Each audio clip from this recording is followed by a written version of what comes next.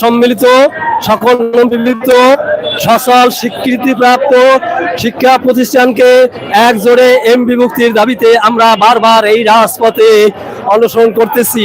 না খেয়ে না ঘুমে গত রমজান মাসে একাধারে 17 দিন আমরা এখানে অবস্থান করেছি।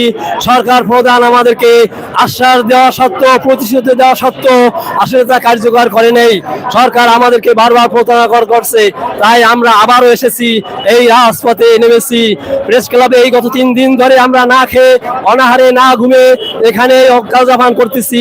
আর আমরা দাবি করছি আমাদের সকল সচল স্বীকৃত প্রতিষ্ঠানগুলো এমপিভুক্ত করে আমাদেরকে বিলভুক্ত করার জন্য। কিন্তু অন্তর্বর্তীকালীন সরকারের প্রধান উপদেষ্টা মহোদয়, মাননীয় শিক্ষা উপদেষ্টা মহোদয়, মাননীয় শিক্ষা সচিব মহোদয়ের কাছে আসলে আমাদের কথাগুলো গ্রাহ্য হচ্ছে না। তাই আমরা অনুরোধ করছি যাতে করে আমাদের এই দাবি সকল স্বীকৃতিপ্রাপ্ত সচল প্রতিষ্ঠানগুলো এমপিভুক্তি করার জন্য, যদি তা না হয় তাহলে আমরা আমাদের এই দাবিতে অচল থাকবো। আমরা আমার দাবি পূরণ না হওয়া পর্যন্ত আমরা এই রাজপথ ছাড়বো না।